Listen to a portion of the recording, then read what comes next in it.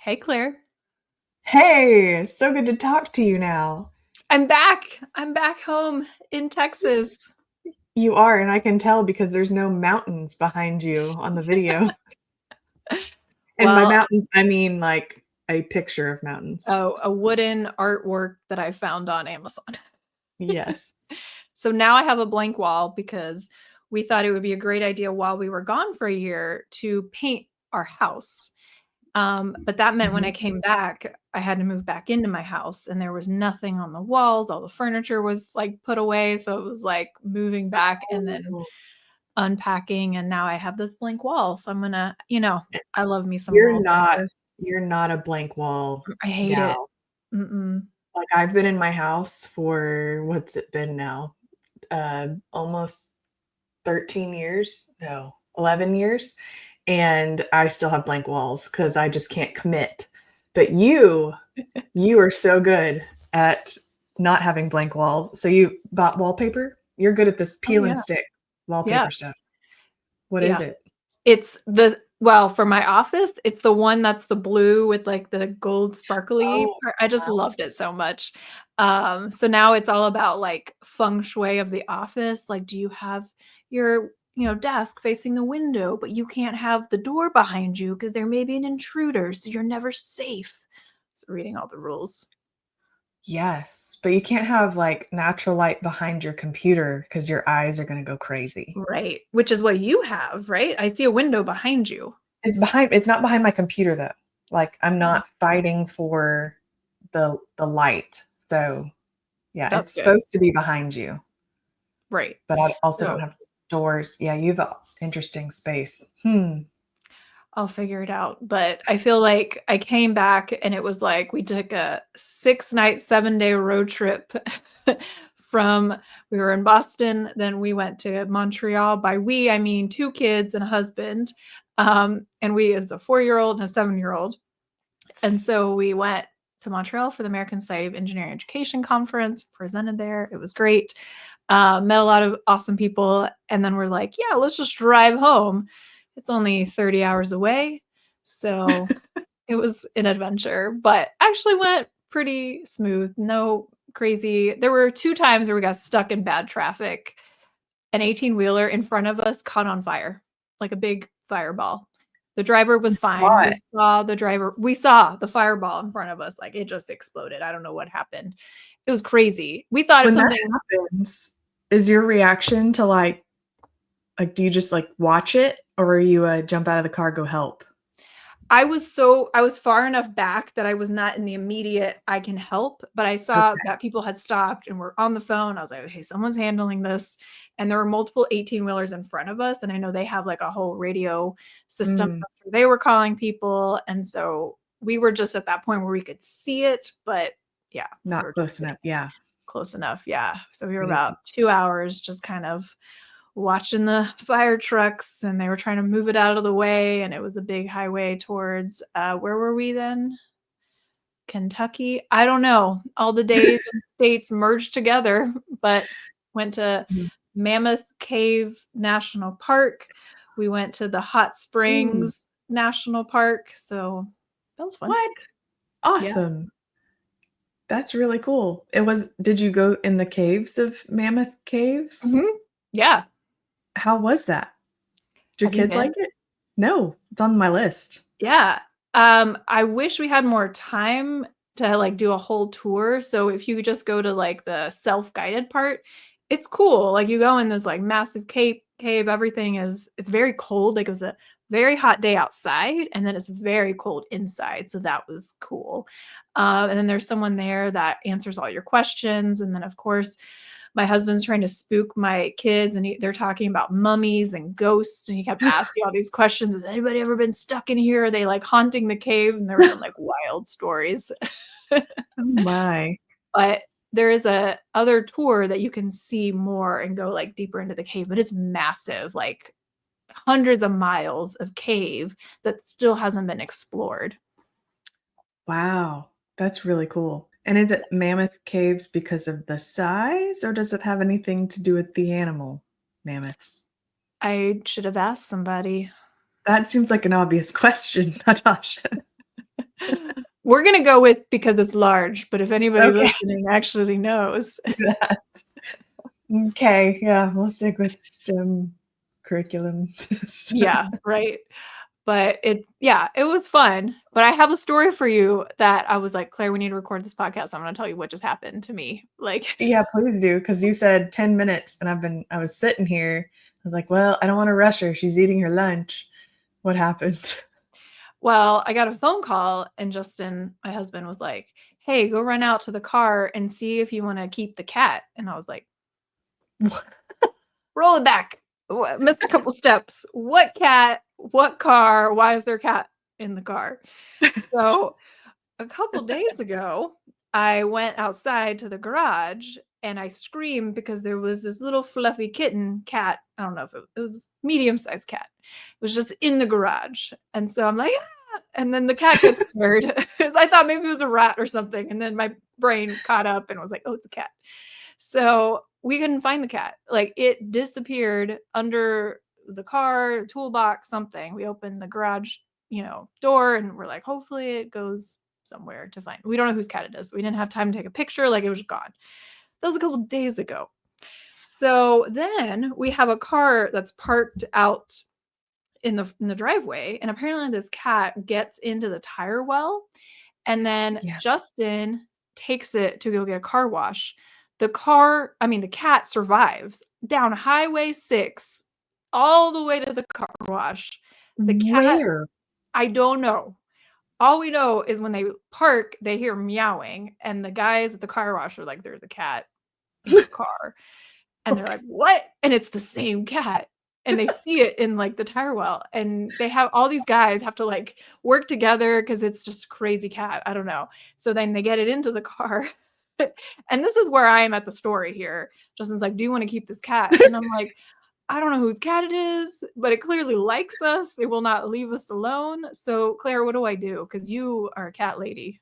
Well, the thing is the cat chooses the owner, Natasha. Apparently. That's how that works. So you don't have a say in this. You now have a cat. I kind of had the same reaction. I was like, "I don't think we have a choice, Justin. Like, this is our cat. We should just go ahead and name it. Like, it will not leave. It's been 3 days. This cat has not left me." So I needed your confirmation. Mhm. Yeah, you have a cat now. But we can't get it Congrats. out. So that's why I was gone, because I was trying to get the cat out of the car, but it's wedged itself under the passenger seat and will not leave. Like, it's just, like, huddled. So I don't know what kind of life it's had, but I think I'll have to lure it out with some tasty food. Treats. Do you have tuna? Yes, I Yeah. do. Well, there you go. Okay, Cats I love was tuna. ready. I don't know how they know. Most cats have never been to the ocean, but, That's the cats thing. love tuna. Anyway, Yeah, that's my story of why I was late to record this podcast. But what's going on in your life? Any more that's additional great. cats? No, we actually no longer have a bunny. Did you know we had a bunny? Yeah, Yes. we talked about did we talk about it on the podcast? I don't remember. No, it was just a hilarious Marco, and Oh, we should update the listeners because it was such a story. right, yeah, I did Marco you right after that. I was, like, Mhm. really out of breath. I was like, something crazy just happened, and so I was walking to my garden, and I hear this squealing, and it was like a pig squealing.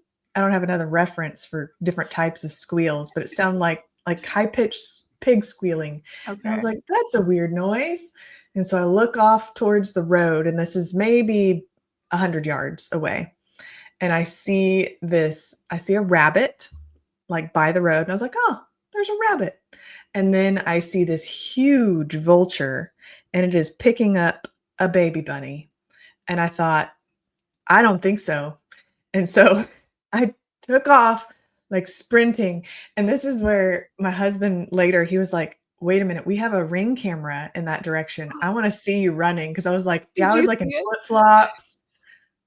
Let me tell you, Natasha, I am like the Flash. Oh, There boy.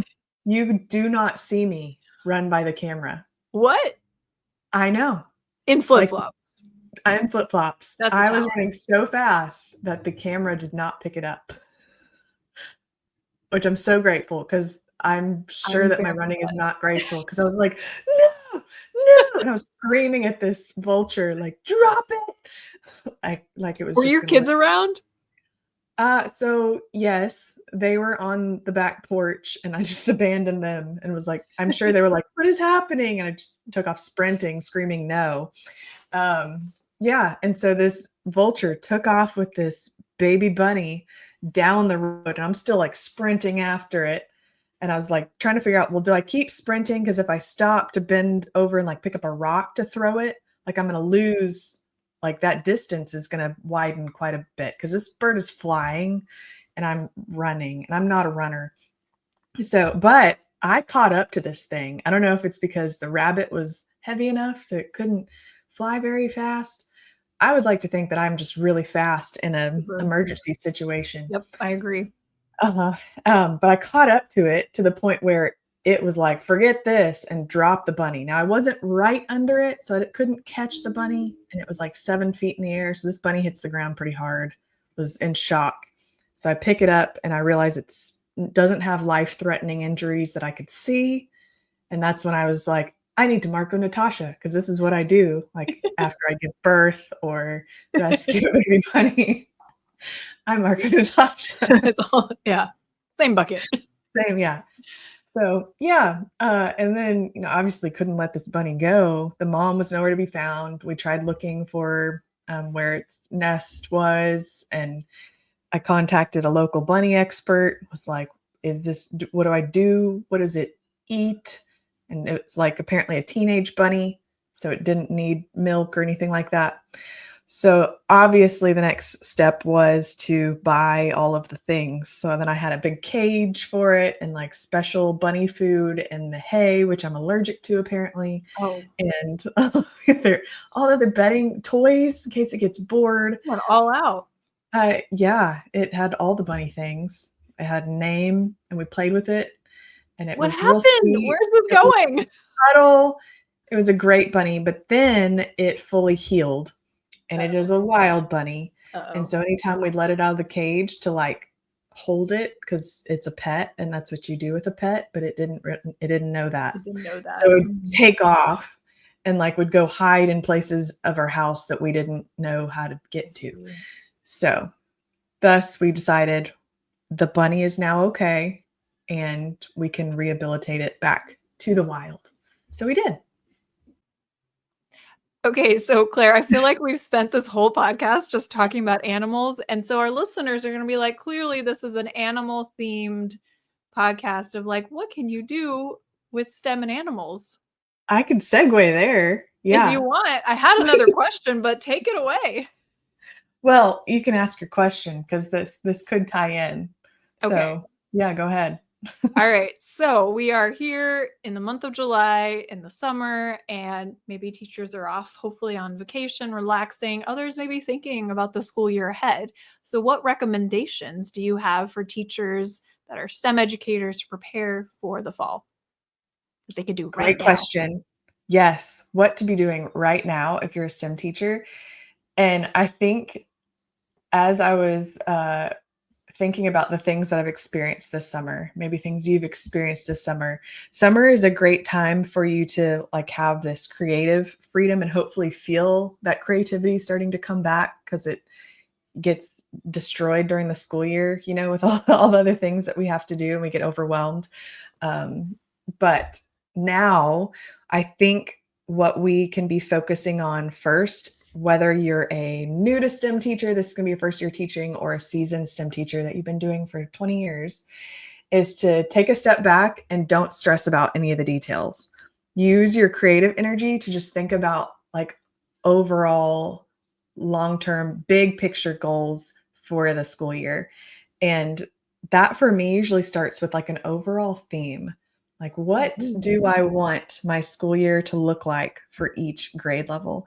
And that might be animals. Maybe you're just Oh, thinking, like, 2nd grade is usually where I dive into life sciences because that's a great year for them to do that.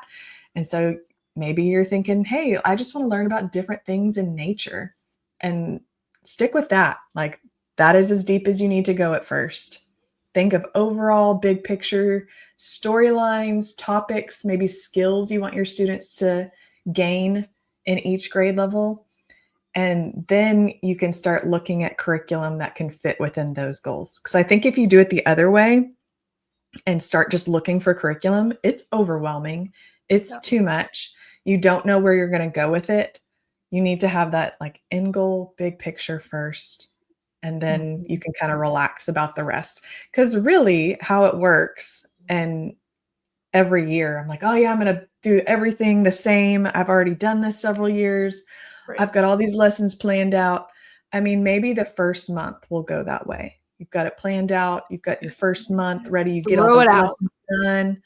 And then you're like, nope, this is not working for these kids. Or I want to do longer lessons. I'm going to spread this out more. So if you already have that big picture in mind, you don't have to stress as much about getting each individual lesson or specific curriculum ironed out before then. What are your thoughts on that, Natasha?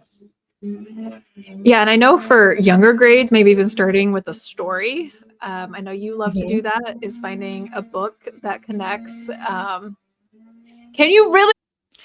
All right, so for lower grades, another great idea is to use books, like children's books, to set up the story, engage kids. So I know, Claire, you've used a lot of different stories in your classroom. Yes, I love doing storybooks where, especially for like first grade, kindergarten, reading a book. Because a lot of times with STEM, you have kids in your classroom that don't have the same experience level to connect with whatever it is. So let's say they're learning about magnets. Well, you might have some kids who play with magnetic trains all day, and other kids that are like, well, I think magnets go in a refrigerator, but they don't know anything beyond that. So having like a storybook and then getting to use that book as the basis to start building some knowledge to get everybody on the same level is really fun. And stories always stick best with kids too. So love using stories. And that might be something if you're thinking about what is an overall theme. Oh, you might have a whole bunch of really great stories already in your classroom, books that you can build STEM off of. And as we've been building out our STEM by grade series, I've been working in the eighth grade, which is engineering or cosmos, and I'm so excited about it. We took a little different approach. So we still have kind of a storyline, but it's grounded in a real person. So we introduce this person, like a NASA mission control specialist, share their story and the work that they're doing, and then connect it to a problem the kids can tackle in their classroom. And so I think for older kids, having that career connection and somebody they can look up to, and understand more what engineering work is like, versus like I know in first grade, what is it? Design a car, like a really cute book, and it's like design your perfect car, and it's a little bit more fun and imaginative, right? It's not as grounded in real authentic engineering, which I think is okay because they're not ready for that yet.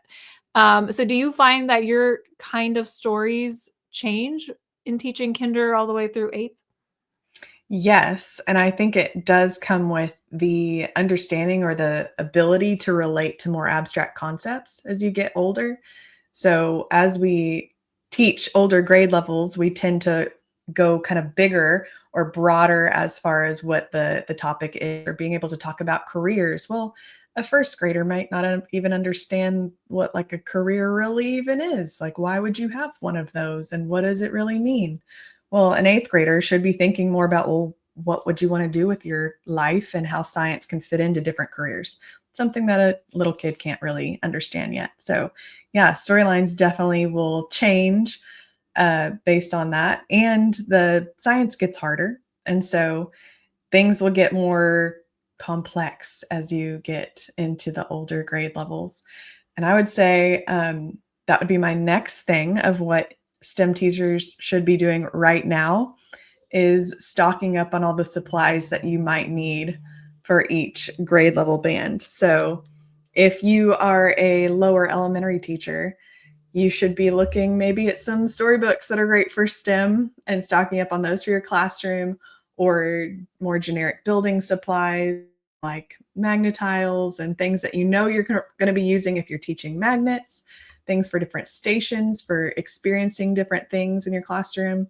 And older kids, you might want to be stocking up on more reusable or not reusable, more usable supplies, recyclables, and things like that. Reusable. I think that's the right word. Reusable? Yeah. Like it's Recyclable. consumable. Consumable. Okay. That's You were the looking word for, I was okay. looking for. Yeah. I mean, you need a balance between reusable and consumable supplies for every grade level for sure. But stocking up on those right now is when you would need to do that. I know that I always end up doing like the roller coaster project with my kids towards the beginning of the year because it's such a fun one to get into. And that requires a ton of toilet paper tubes. So that's something that you can easily be doing right now is saving those and asking your neighbors and your family to help you with that as well. Because when you're going to need them is going to be earlier than your students can bring them from home. So True.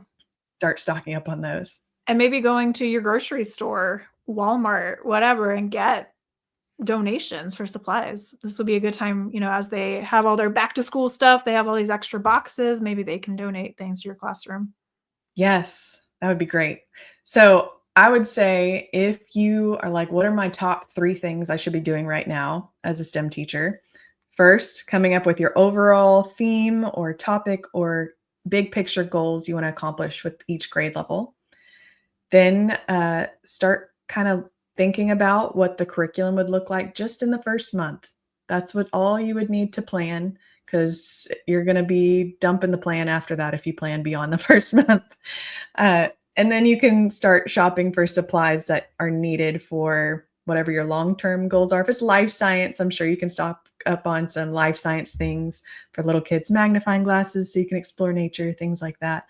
But you also might have some icebreaker activities that you're planning for the first month and might need to go to the local newspaper and say, I need all your extra newspaper. I've loaded up the back of my car before, and that I use that newspaper for like 3 years. So you can do that as well. So big picture, first month of curriculum, stock up on supplies, and you're good to go. And then I will add one, which is relax and take a break. So you are recharged for the next school year. For sure. All right. Well, this episode took a lot of turns, and we started about, I guess, a cat and a bunny, and we ended on STEM and the new school year. So, you know, we provide you all sorts of entertainment here on the STEM space. All right. But for now, STEM space out.